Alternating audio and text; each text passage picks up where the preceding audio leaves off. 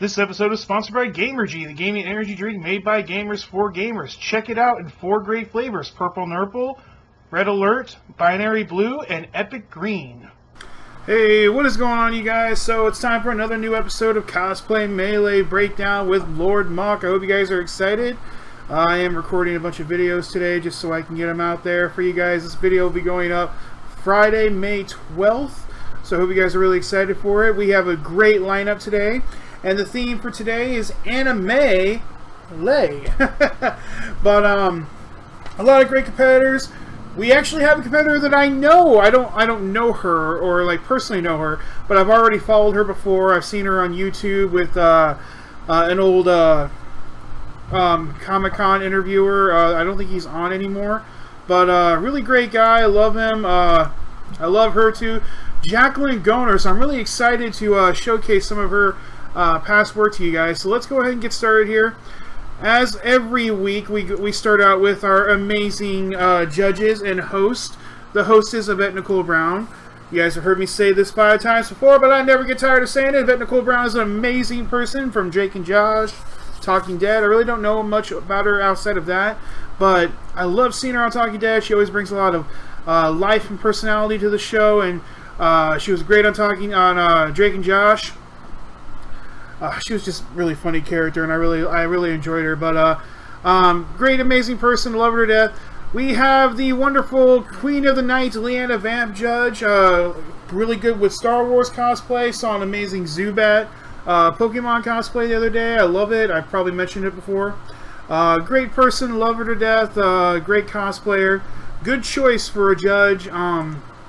Here's her in a Vampirella, and that was her as Princess Leia. For some reason, nobody knows. But, and we have Christian Beckman, who is a great costume maker and fabricator for all kinds of awesome movies that you guys probably know and love. Also worked on some video games like Fallout. Amazing guy, really knows his stuff. Really gets down to the nitty-gritty when it comes to judging, and I like that about him. So, but let's go ahead and meet our 4 contestants. We have the wonderful Jessie, Misha, Paul, and Jacqueline. And I actually know, like I said, I don't know Jacqueline, but I know her because it's one of the cosplayers I actually follow. I love her work. But let's go ahead and get into some of the past work that some of these great cosplayers have brought to us. So this is Jessie from Guilty Crown. I don't remember the character's name, but she has a lot of anime cosplay. So this was her scene this week, so she really knows her stuff. But from Guilty Crown here, we have Jessie Black Cat from Marvel Spider-Man mostly, but I think she got her own stuff, but I didn't read any of it, but there's that. And Starfire from DC. I'm glad she really branched out there and got DC, Marvel, and a little bit of anime. Love Starfire and Teen Titans and some of the new movies. Amazing. Starfire is a funny character just because she doesn't understand how human socialization really works compared to on her planet, but she's an amazing cosplayer. She has a lot of different things here. A lot of fabric, leather, body painting, and wig work. She really knows her stuff. This is stuff that would intimidate me, and I'm intimidated by normal stuff like working with small pieces of foam or fabric. So, good job on her end. Here she is as I forgot the name already. Shinto. It's that little weird anime character that shakes his butt around. But I love this character. He's really funny. I haven't watched that Adult Swim cartoon in forever, but really funny. I like how she's just badonka-donking on top of that stormtrooper. But here we have Misha with a character from gosh, guys, it's gonna be one of those days. Hellsing. I haven't actually watched Hellsing myself. It's on my list to watch. Yeah, I know. Roast me now. I'll wait. If you guys want even more to roast me about, I'm just now watching Breaking Bad. Come on, you want to hit that, you want to hit that comment section and go, "Are you freaking serious, Caleb? Are you serious, LordMoch?" Yes, I'm serious. Come on. Are you done? You done now? Okay, then let's keep going. I don't know what character this is supposed to be, but I mean, it shows off a lot of fancy work here. The cape, the boots, the sword, the hair, body paint, like flowers. Really great design. Now I love this one. I'm a huge Avatar fan. I don't remember the character's name, but she is the Earth Avatar before Roku and before Aang, then Roku, and then it's her. I don't remember her name, but I love the character. I'm a huge fan of Avatar: The Last Airbender, so I know at least that. And here we have Paul as the Scarecrow. I really like this Scarecrow. It's really well designed. A lot of leather, a lot of steampunky looking things, but with horror. Really great design here. Here he is, a scorpion. And I am pretty sure that's him in the middle, because I don't think that's him, but that's from Zelda. Crap, I'm not going to be able to remember the name. Majora's Mask. There we go. And here is Jacqueline. I'm very familiar with Jacqueline because I've seen a lot of her cosplays, and she is very comfortable with her body, and kudos to her for that, because I can't do things like this. But Witchblade. I don't remember the John Connor Mars thing. I don't. Gosh darn it! I'm really bad at this, guys. It's been a crappy day. But really, like I said, really comfortable with her body, and really good for her. I can't do it. But kudos to her. She's really comfortable. She doesn't mind. She doesn't mind it. But even though this isn't a lot, first of all, making this wearable and fit at a Comic-Con all day without exposing yourself, that is impressive right there. Don't even take into consideration that you have to be comfortable to do it in the first place. The fact that she's able to make it so it's wearable and being able to walk around in an event all day, that is an impressive feat. Then let's go into the even more impressive feat of being able to wear that comfortably and not let anything affect her. That is even more impressive. So do not take away, this is not simplistic here. This is not simplistic at all. You have to make it so this will not break off. So that is hard already, guys. So, but here we have another character from Zelda, of course. I'm gonna get roasted. Just roast me. I don't remember her name. She transforms with a wolf something thing. I don't know. My wife really likes this character. I really like this character too, but apparently I don't like her enough to know her name. And here we have a nurse from Silent Hill. I know that one, but yeah, that's what we have for the cosplayers this week. So let's talk about round 1, 2, and round 1 and 2. So round 1, they had to make a signature accessory for their cosplay that animates. And by animate, it needs to move in some way. So Jessie decides to do something from Mahou Shoujo Madoka Magica. I don't know what that is, but I have it on my list of anime to watch now, because my anime expertise is Dragon Ball Z, Naruto, Bleach, One Piece, Fairy Tail, Hunter x Hunter, Attack on Titan, all the mainstream animes. I don't know any of these. Not saying that these animes are weird or anything, but I don't know nothing about these animes. So, but she made a wand with wings and a rotating heart, and the wings do flap and the heart does rotate. Ended up not working that well in round 1, so she got some points deducted on her right there, but she did get it working eventually. We have Misha. I'm going to go ahead and just go back to the pictures now. Misha here, who made a staff with a dragon head from Monster Girl. The staff looked amazing, but it didn't really look like a weapon, and that's the thing. It had to be a weapon of some sort. It was literally a skinny stick with a giant dragon head on the top of it. How is that? If you swing that, it's probably going to break, so I don't know. But then we have Paul, and Paul made a beetle gauntlet that it was on his arm here, and you pressed a button and the shot out and the beetle, the things came off and the beetle kind of jumped up a little bit and it's supposed to shoot something. I don't really know. Yeah, it really didn't have that much animation, to be honest with you. It was literally just a covering for the beetle that was held by Velcro, and it just came off. So it really wasn't really animated. Jacqueline did some, and oh, by the way, so Paul's thing was from .hack.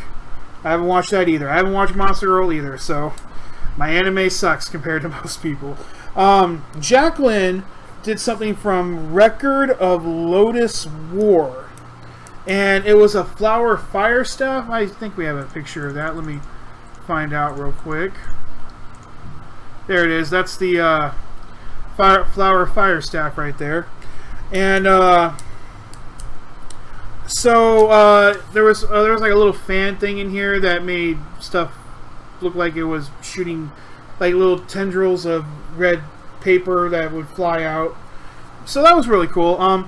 Jacqueline ended up winning round 1. And no, she didn't. Paul. Hold on. Let me find this, guys. Paul won round 1. Even though there was a lack of animation, Paul won round 1. I don't know. Maybe it's because the other two had problems with their animation still. But Paul's design was really cool, to be honest with you. So, I mean, I guess if it works, it works, you know.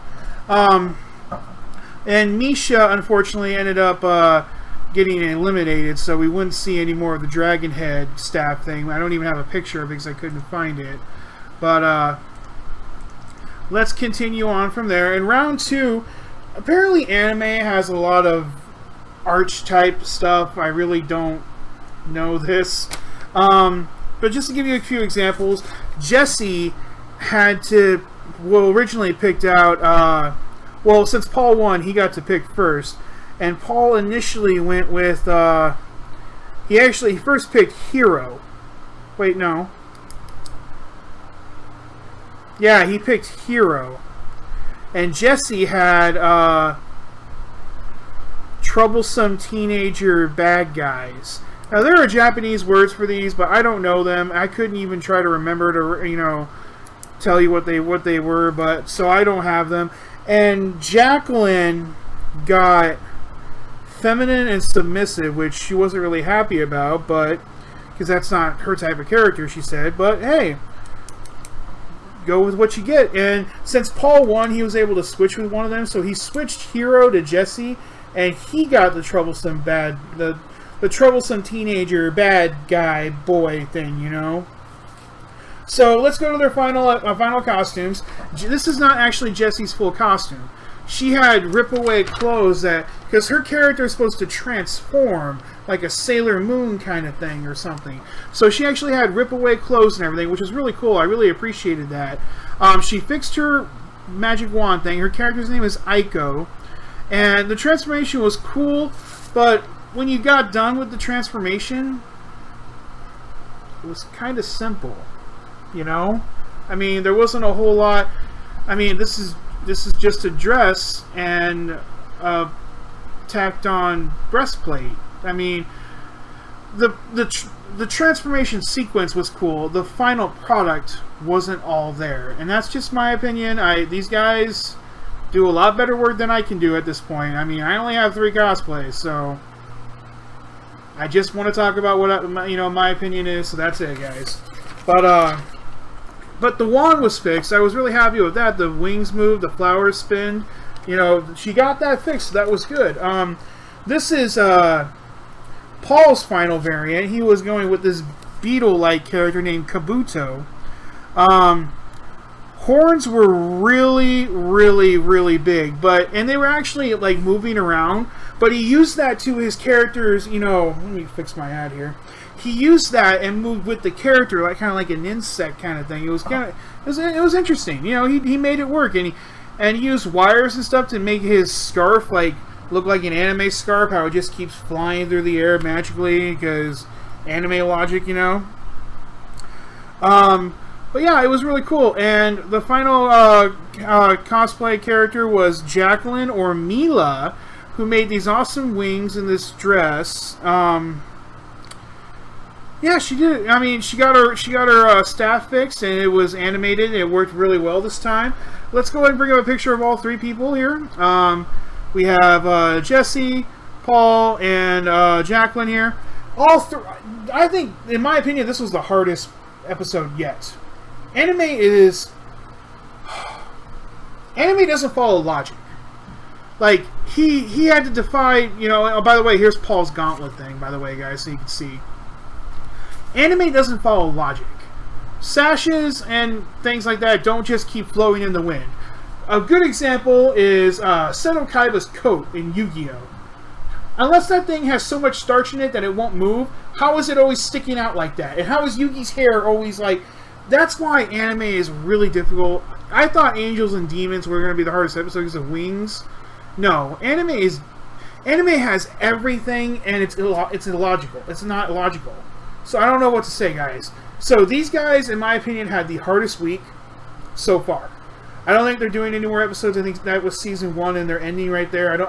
I hope they come back for a season 2. But in my opinion, this was the hardest episode yet. So these guys worked really hard. Each one brought something a little bit different to the table, and I really appreciate that. But the ultimate winner was my girl Jacqueline right here. She did a fantastic job. I tried reaching out to her to see if she'd mind Skyping or Discording, like, you know, a live interaction. She wasn't able to get back to me or something, but, you know, c'est la vie. So that's how it is. But Jacqueline, thank you so much for everything. Jessie, Paul, you guys did amazing. I do follow you a lot, Jacqueline. I've been following you for about a year now. You're a great cosplayer. I have some of your prints. Maybe I could have pulled them out so I can actually show you, but fantastic. She's a fantastic cosplayer. All three of them are fantastic cosplayers. The best part about doing these episodes with you guys is that I get to meet new cosplayers, and have a whole new outlook on all these different cosplayers and everything, and you know, get inspiration for myself. I only have 3 cosplays going for me right now. One of them's not finished. The other one is too simplistic. I need to add stuff to it, and the other one I overdo all the time. I'm going to be working so hard this rest of this year on getting cosplay. The first thing I'm doing is making a duct tape dummy. If you guys ever seen that, I'll probably you know, live stream that or record it so you guys can see the process. But I really thank you guys for joining me with this. I've got a lot of positive reaction, even from the executive producer of Cosplay Melee itself. So thank you so much, guys. If you guys enjoyed this video, make sure you Sith lightning that like button. If you're new, use the Force to subscribe. And remember, guys, we are the Force, each and every one of us. So let's connect. May the Force be with you, and have a great day.